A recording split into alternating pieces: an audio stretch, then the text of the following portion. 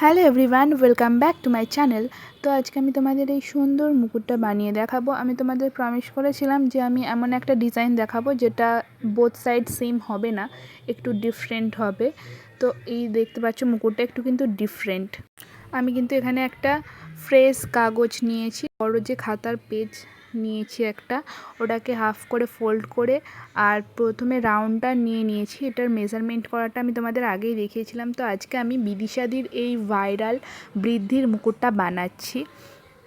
কী কী লাগবে আমি তোমাদের আগের দুটো ভিডিওতে অলরেডি মেনশন করে দিয়েছি, তাই আমি এখানে আর মেনশন করলাম না। কী কী লাগবে, যা যা লাগবে তোমরা যদি জানতে চাও আমার ফার্স্ট কিংবা সেকেন্ড ভিডিওটা দেখলেই তোমরা আশা করি বুঝতে পেরে যাবে। বর্ডারটা এর উপর থেকে ড্র করে নিলাম, এটার উপরেও কাজ হবে।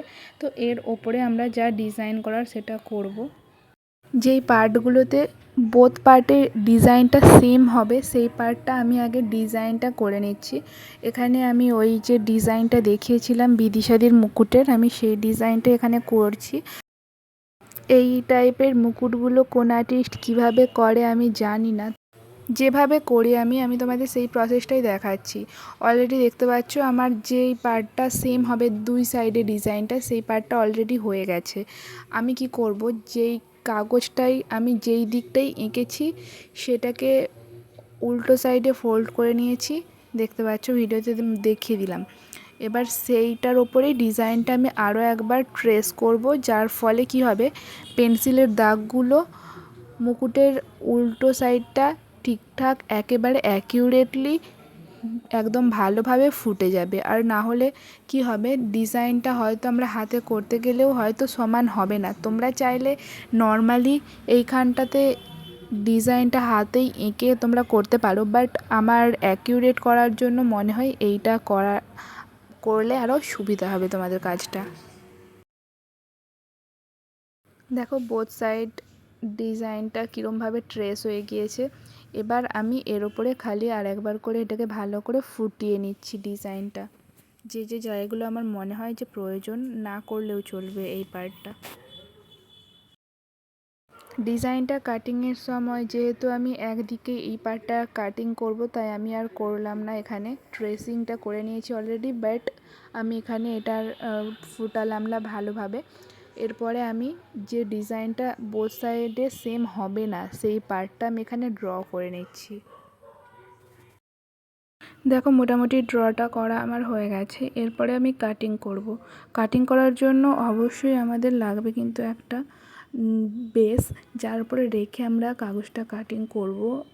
তার জন্য আমি এখানে একটা পুরনো খাতা নিয়েছি, আর এই খাতাটার উপর রেখে আমরা কাটিংটা করব। আমি এখানে আজকে নাইফ কাটার ইউজ করে এই মুকুটটা বানাচ্ছি, কিংবা তোমরা যদি চাও যে ব্লেড দিয়ে তোমরা মুকুট বানাবে, তাহলে তোমরা আমার আগের ভিডিওগুলো দেখে আসতে পারো। ওখানে আমি কিভাবে তোমরা ব্লেড ইউজ করে সুন্দর মুকুট বানাবে আমি ওখানে দেখিয়ে দিয়েছি।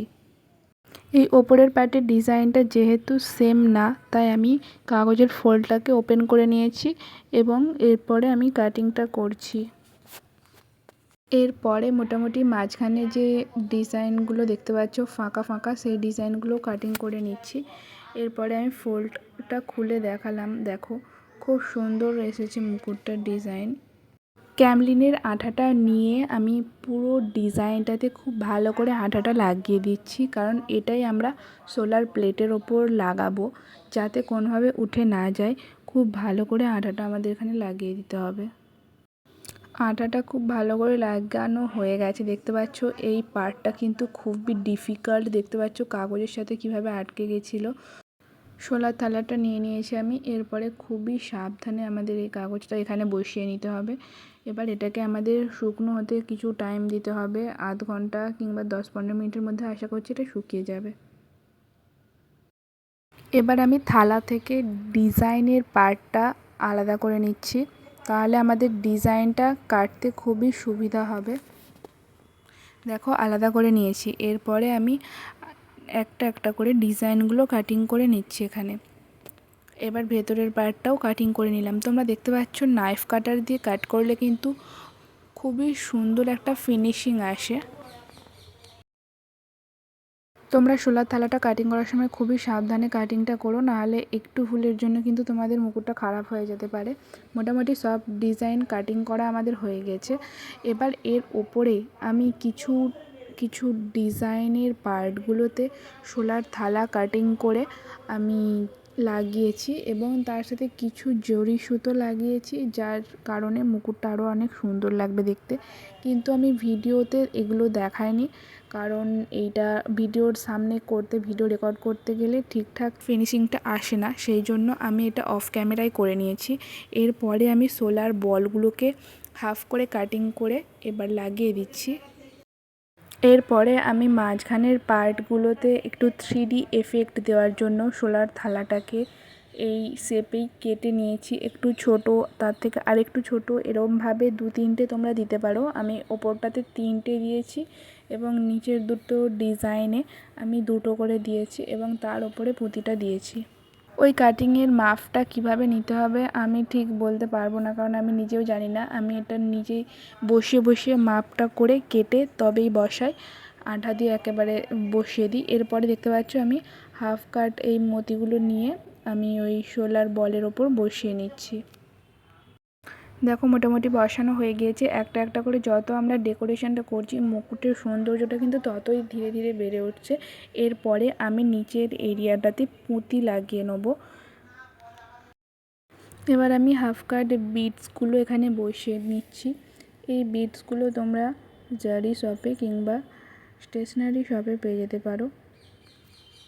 এবং সমস্ত যা যা আমি এখানে দেখালাম, সমস্ত জিনিসের ইনফরমেশান তোমরা জানতে চাও, তোমরা সেকেন্ড ভিডিওটা দেখে আসলে আশা করি তোমরা সব ইনফরমেশানগুলো পেয়ে যাবে যে তোমরা এই জিনিসগুলো কোথায় পেয়ে যেতে পারো।